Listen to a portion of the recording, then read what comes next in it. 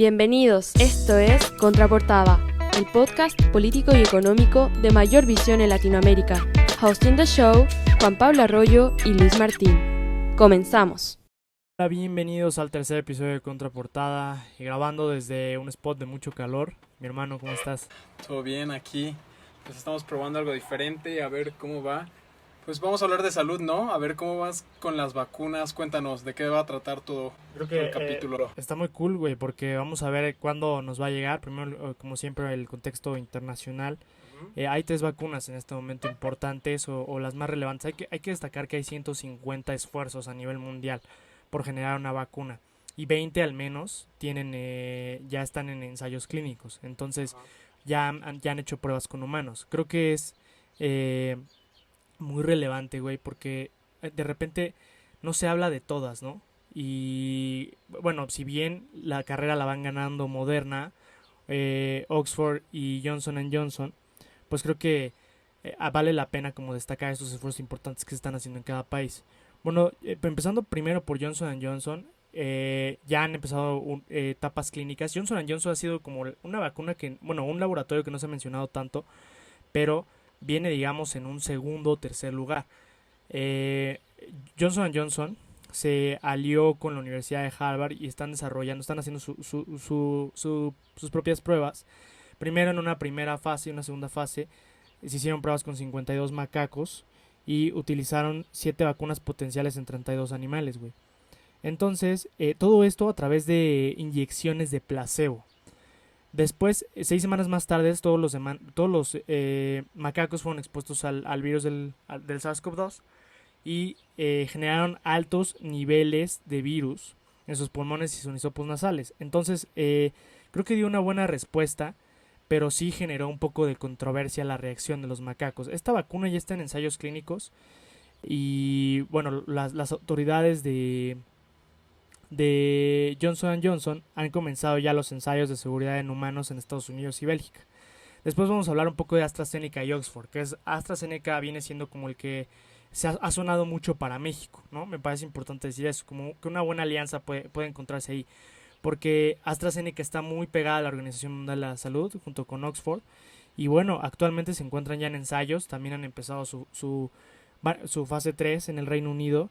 Y bueno, prácticamente esta es la vacuna que provocó una respuesta inmune y redujo la carga viral en macacos expuestos al coronavirus. Y lo más importante, o sea, fue en una sola dosis. O sea, creo que no se necesitó de 2 dosis para poder tratar de generar un buen impacto. Y bueno, después de las muestras con chimpancés de AstraZeneca en una primera y segunda fase, se mostró que la única dosis administrada a 6 macacos 28 días antes de la exposición al SARS-CoV-2, es efectiva para prevenir el daño completo en los pulmones y reduce drásticamente la carga viral, algo contrario a lo que se generó en Johnson Johnson, ¿no? O sea, digo, a lo que voy, yo creo que lo más importante, digo, yo no soy un experto en la salud, esto lo damos como un contexto económico, pero creo que lo más importante es que todos estos efectos obviamente van a reducir o van a aumentar el costo, ¿no? Entre más pruebas se hagan respecto a las pruebas clínicas, los ensayos clínicos en humanos, obviamente van a generar un menor costo, un mayor costo que después se va a traducir en expansión más rápida, ¿no? O acelerada aquí en México, en Latinoamérica, en el mundo. Pero bueno, después para irnos con la última Moderna, ha sido el primer laboratorio en Estados Unidos que se ha destacado mucho, ¿no? Porque fueron los primeros en iniciar la fase con humanos. Entonces esta inició el 27 de julio. Se aproxima que antes de septiembre pueda estar terminada esta fase de 40,000 vacunados, 40,000 pruebas para que la tercera fase sea completada. Y bueno, creo que a diferencia bueno, también quiero hablar un poquito como de algunas promesas. He escuchado un poco de Pfizer, de BioNTech y de una china, Sanofi GSK, que realmente no han tenido como estos resultados de entrar a terceras fases tan rápido, ¿no? Entonces creo que ese es el contexto a nivel mundial. O sea, la mayoría está entrando a una tercera fase, algunas con mayores rendimientos que otra. En general, Moderna destacaba que la mayoría de sus pacientes al contraer la vacuna presentaba fatiga, güey, presentaba mucho dolor de cabeza, malestares, ¿no? En general, pero ninguno no generaba inmunidad. Entonces creo que eso ha sido un paso muy muy bueno para la vacuna y para el escenario que se va a presentar en México, ¿no, Juanpi? Y bueno, ¿cómo ves igual la Organización Mundial de la Salud? ¿Cómo lo ves de ese lado, bro? Pues está interesante porque la que habías mencionado, la de Oxford, que es la que tenemos más sonada en América Latina, ¿por qué está tan relacionada con la Organización Mundial de la Salud? Y para eso hay que entender súper bien, digamos, el contexto de que pues es una organización que está enfocada como ser como el director en toda esta área de salud, ¿no? Que pues realmente se tendría que basar en un método científico. Y es así que hay que saber por qué está relacionada con América Latina.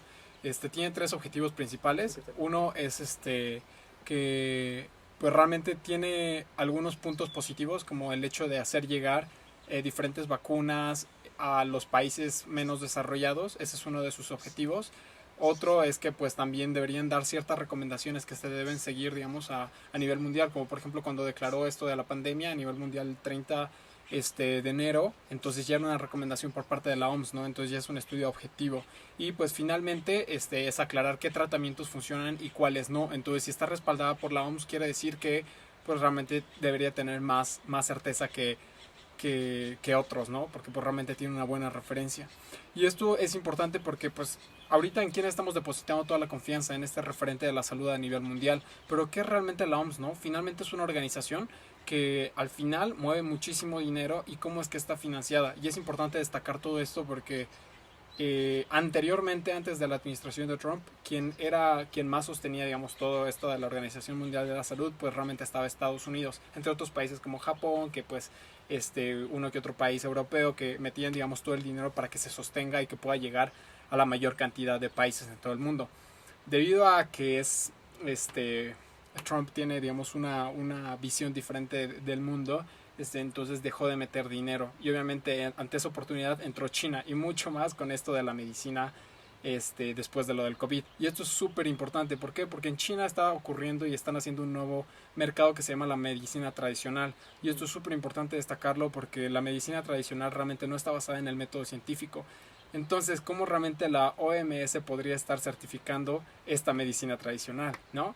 ¿Y es por qué? Porque pues así como cualquier organización, cualquier estado, la OMS desgraciadamente está sujeta también al billete, sujeta al dinero y pues a quien le meta eso. Y eso es lo que pues realmente pone mucho en riesgo todo esto, porque también la OMS determina qué videos, qué información es la relevante, qué es fake news y eso es importante porque pues quién sabe y nosotros estamos diciendo todo esto en algún momento pues lo pillan y ya podría ser fake news, ¿no? Entonces esto es importante saberlo, es como es como una empresa, ¿no? O sea, quien está invirtiendo es quien también va a tener las decisiones y ante esto también le conviene mucho a China porque China tiene esto de la medicina tradicional, que es toda la que tiene pues otro tipo de medicinas, acupuntura, remedios naturales, con hierbas y todo eso, que pues realmente no están basadas en el método científico y eso hace que nosotros corramos un riesgo muy alto.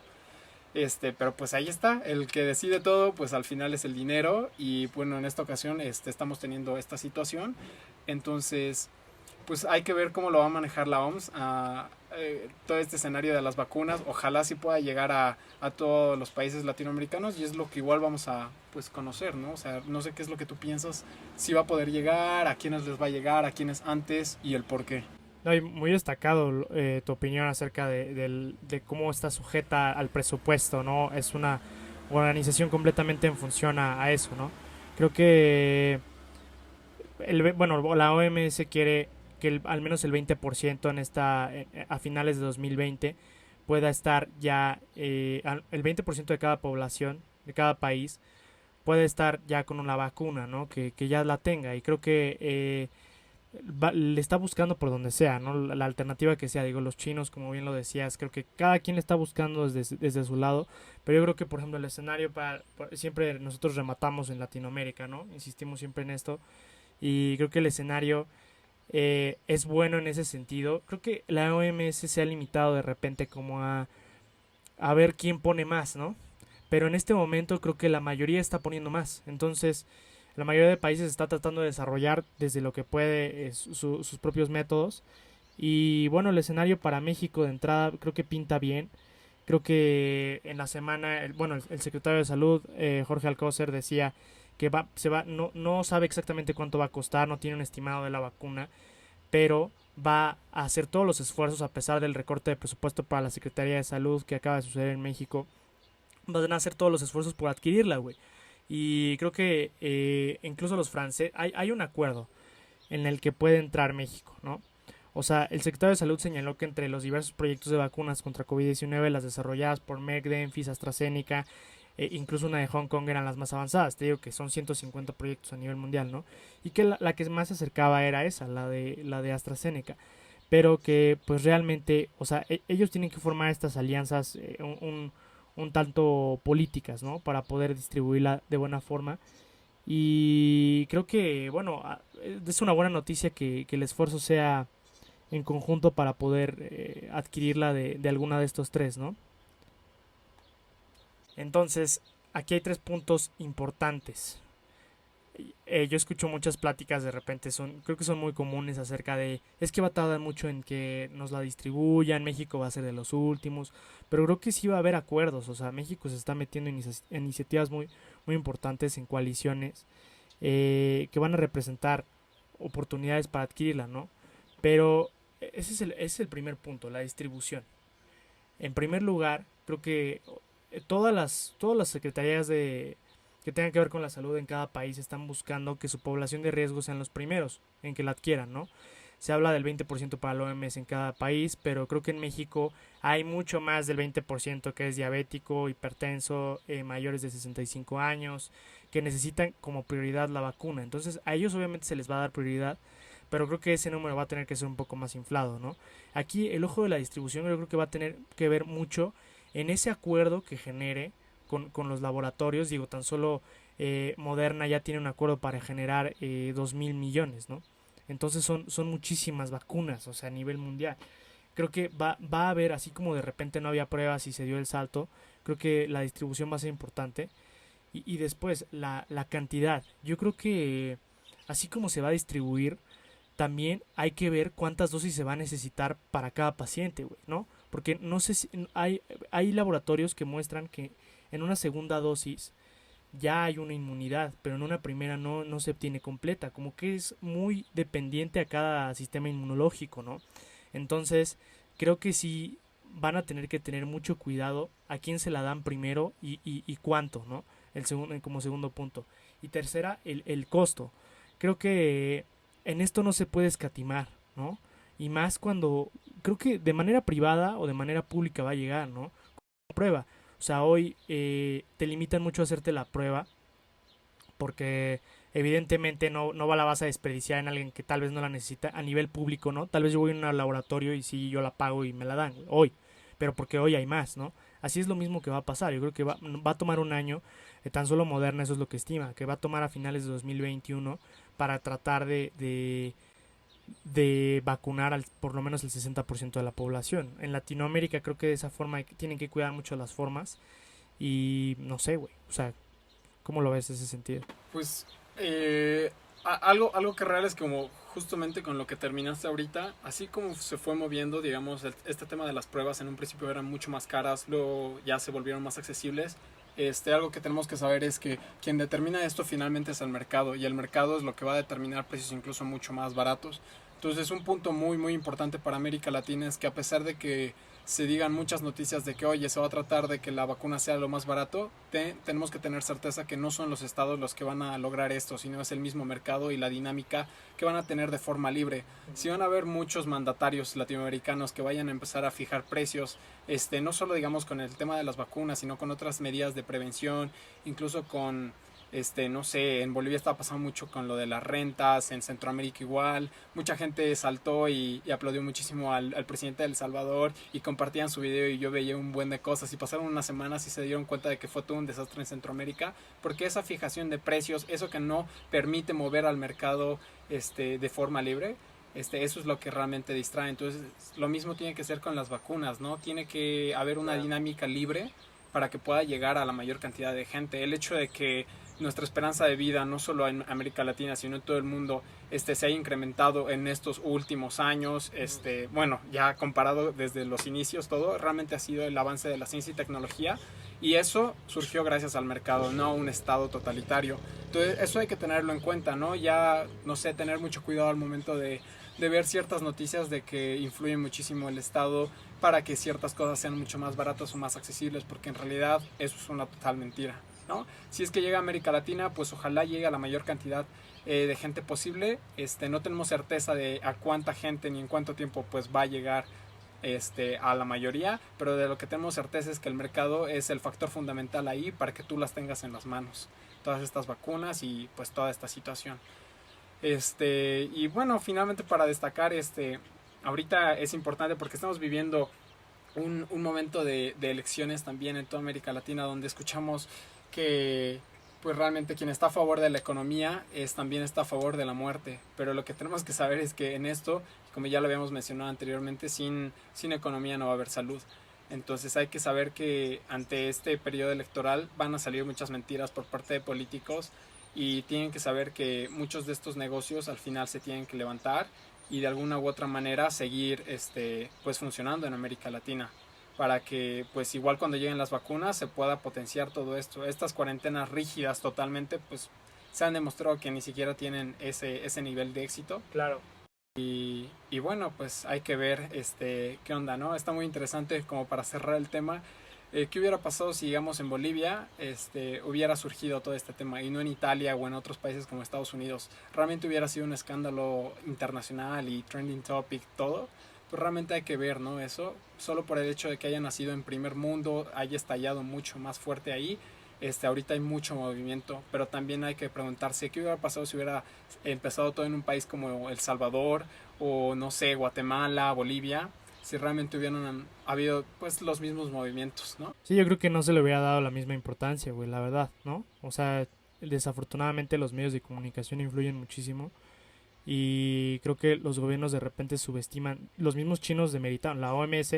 Digo, yo de repente ya no le creo mucho a la OMS porque primero yo recuerdo perfectamente lo que hablamos hace un buen, que publicaron que ya no tenía carácter de pandemia la crisis del coronavirus, ¿no? Cuando empezó en China, cuando ellos ya tenían mucha información desde inicios de diciembre. Entonces, hablan mucho y especulan mucho sobre la vacuna a principios de 2021, pero como dices, güey, muy remarcado cómo demeritan y más en Latinoamérica, ¿no? Creo que no se da como yo creo que, güey, no lo hubieran hecho. Se hubiera salido un poco más de control, güey, ¿no lo crees? Sí, totalmente. Pues ahorita ya tenemos esta situación. Afortunadamente el mercado es quien nos va a permitir tener acceso como países latinoamericanos, y pues hay que esperar lo mejor y la verdad tener mucha paciencia, mucha innovación para ver cómo es que se van a introducir con las medidas sanitarias posibles los diferentes negocios, porque pues, realmente no solo han habido muertes por COVID, sino también muertes de negocios Claro. muy grandes en toda América Latina. Entonces pues vamos a ver cómo se presenta, cómo llega, y pues ya vamos a estar informando sobre esta situación. Ya nos vemos este martes con un nuevo capítulo. Vamos a tener algo interesante, algo nuevo por ahí. Entonces pues qué bueno, eso fue lo de hoy. Muchas gracias por escucharnos. Muchas gracias a todos y esperemos, ojalá, AstraZeneca igual 400 millones de dosis. Yo le doy esperanza más a AstraZeneca, como opinión personal. Muchas gracias por escuchar y nos vemos en el siguiente Contraportada.